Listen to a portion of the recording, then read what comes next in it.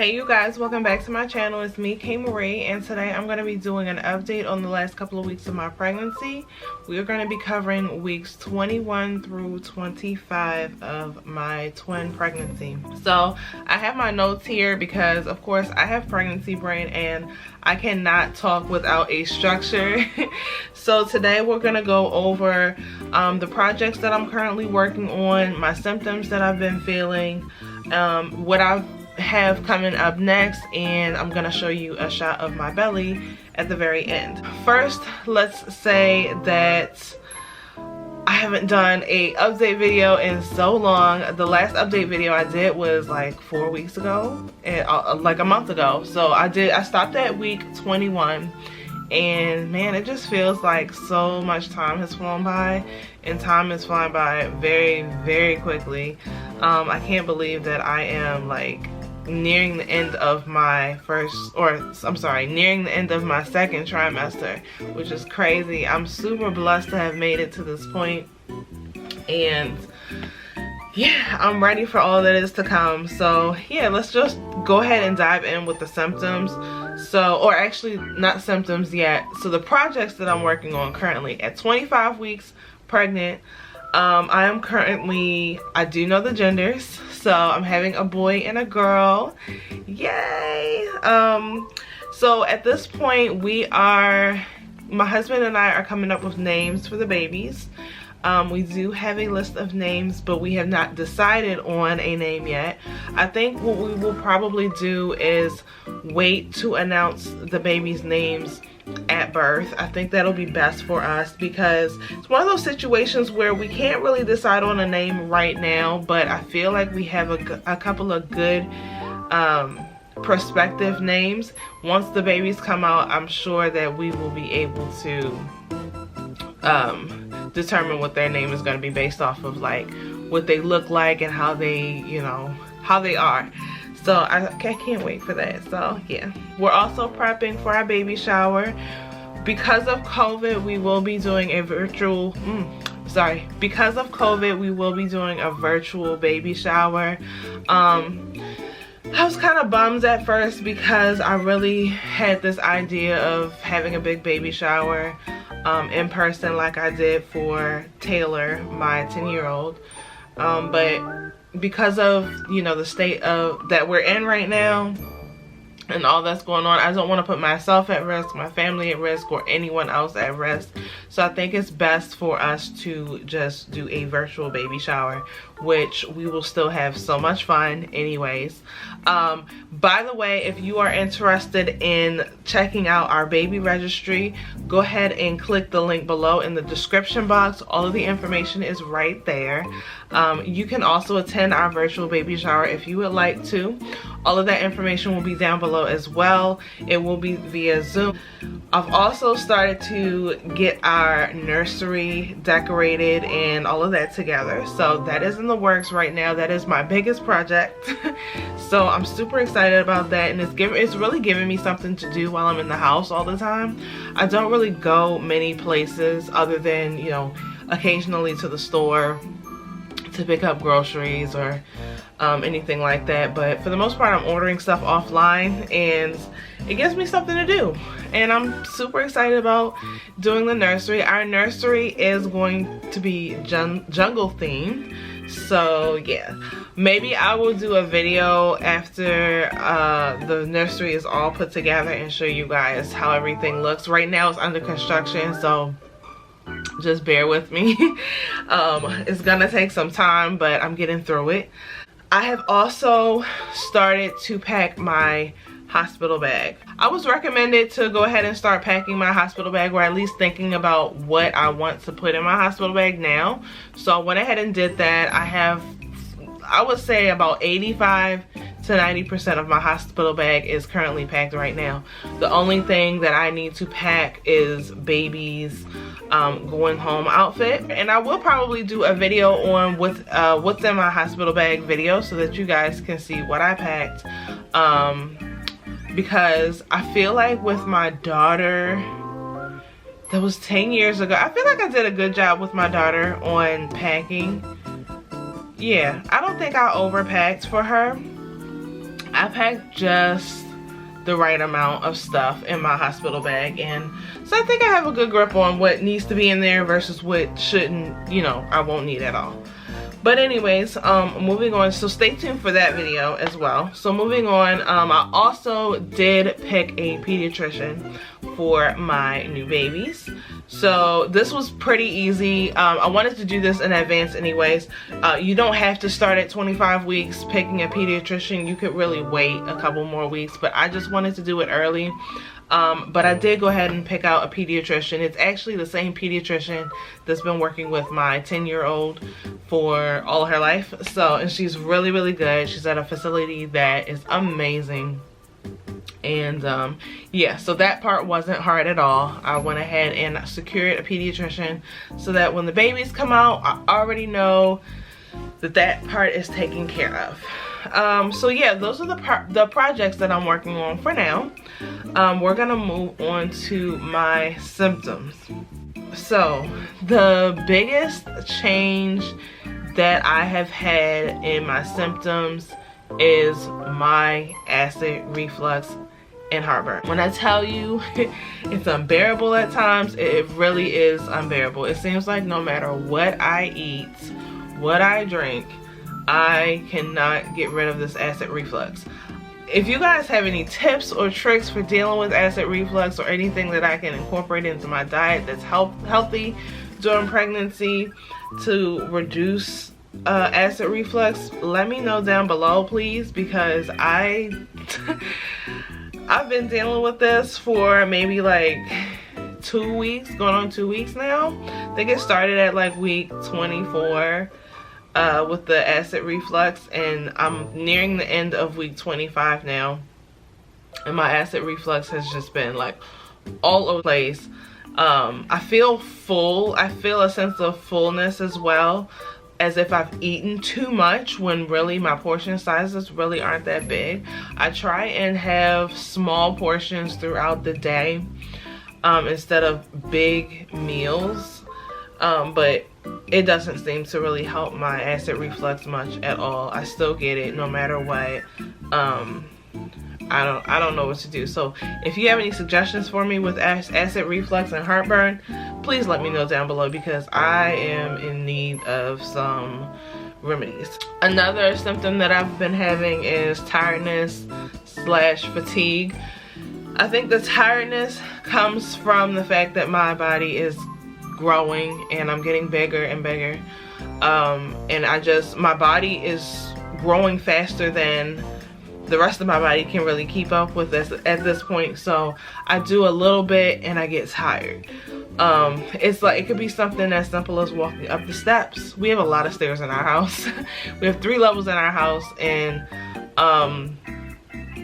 it's a task to walk upstairs. Really, it's a task to get on the bed sometimes. Really, our bed sits up very high, so it's a task to get in the bed. It's a task to get out of the bed, you know. And then waking up in the middle of the night all the time to use the bathroom is just tiring. But I'm pushing through it. I do take it easy, because with the fatigue, I don't want to end up in a situation where I pass out or, you know, anything like that. So I've been taking it easy for the most part.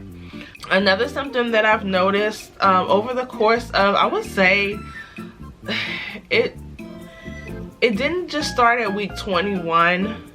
It started a little bit before week 21. I think when I was maybe like 16 weeks, I started to notice skin discoloration, particularly on my neck, my chest, and my stomach.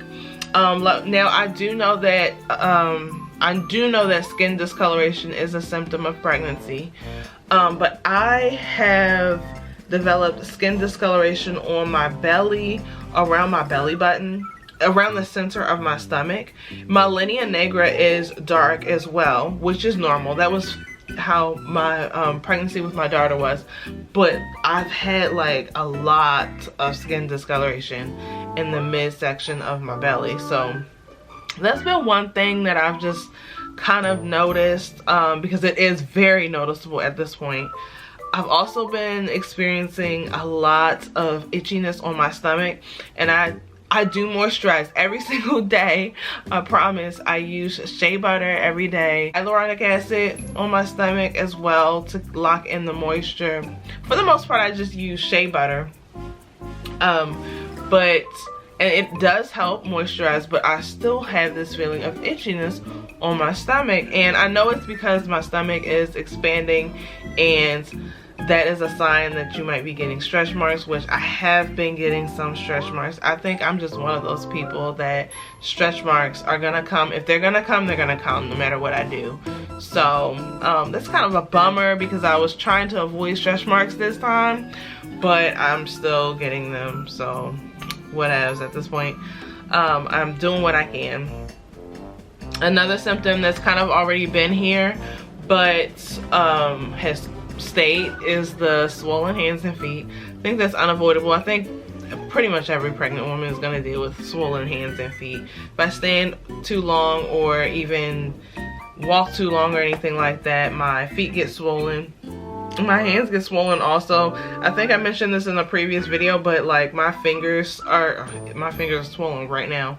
But my fingers swell so much that I can't wear my wedding ring anymore. I have to wear this ring that I usually wear when my husband and I travel, because it's a little bit bigger for my fingers. But as you can see right now, my fingers are swollen and I cannot get that off. So I have to wait for my fingers to stop and go back down before I can even take this off, which is it's so annoying sometimes. But cravings, I've been experiencing some cravings. I've noticed that I've been craving Chinese food for like the past couple of weeks, like every single day, which is really weird. And I didn't notice it until I had like a pile of fortune cookies in the kitchen, and I'm like, oh my goodness, like I've been ordering Chinese food every single day. So I don't know what it is about Chinese food, specifically the chicken and broccoli. That's because that's all I order. But Chinese food is my craving. That's my biggest craving right now. So I don't know about that. Anyways, the last symptom that I've been experiencing is trouble sleeping.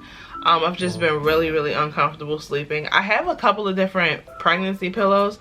I have this, let me show you guys. I have this big body pillow. There's another part, it's kind of broken, but there's another part that zips onto here that expands out. I took it off because it was kind of annoying. I have that, and then I have another smaller body pillow that I got from Baby. And then some nights I just honestly just prop up the pillows on the bed and just put them around my body until I'm comfortable. Nothing really seems to work for too long for me, and my husband absolutely hates it because the bed is taken up by me and all of these pillows.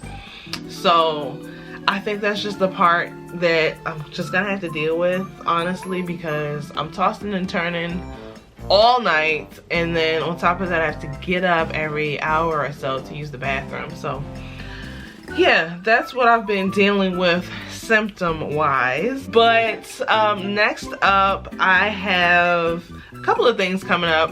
In a few days I have my 1-hour glucose test with my doctor, and I will also be going in for my 26-week sonogram. I can't wait to see the babies again. They're rechecking all my levels. They're doing the CDC count for the blood count, checking my vitamin levels and my iron as well. If you guys didn't previously know, I am anemic, so my iron levels have always been tremendously low for the most part throughout my entire life. The only time that I experienced normal iron levels was when I was pregnant with my daughter.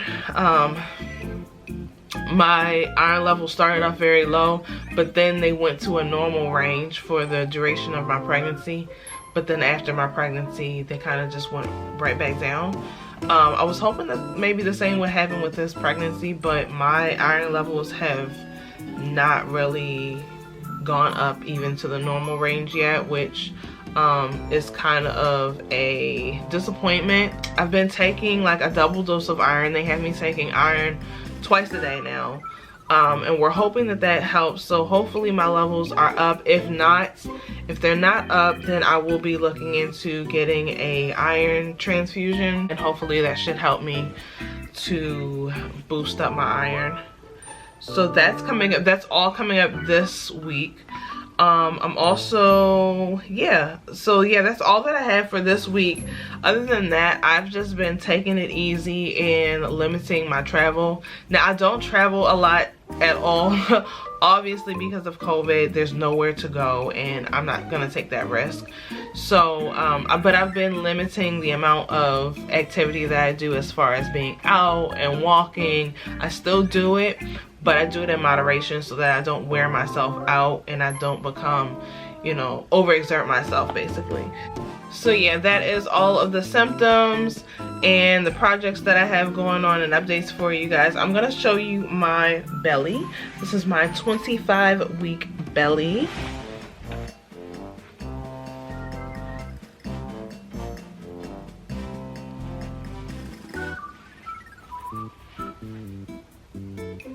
Anyways, thank you guys so much for watching. If you enjoyed this video, give it a thumbs up, and I will see you in my next video. Bye, and stay blessed and stay beautiful. Bye.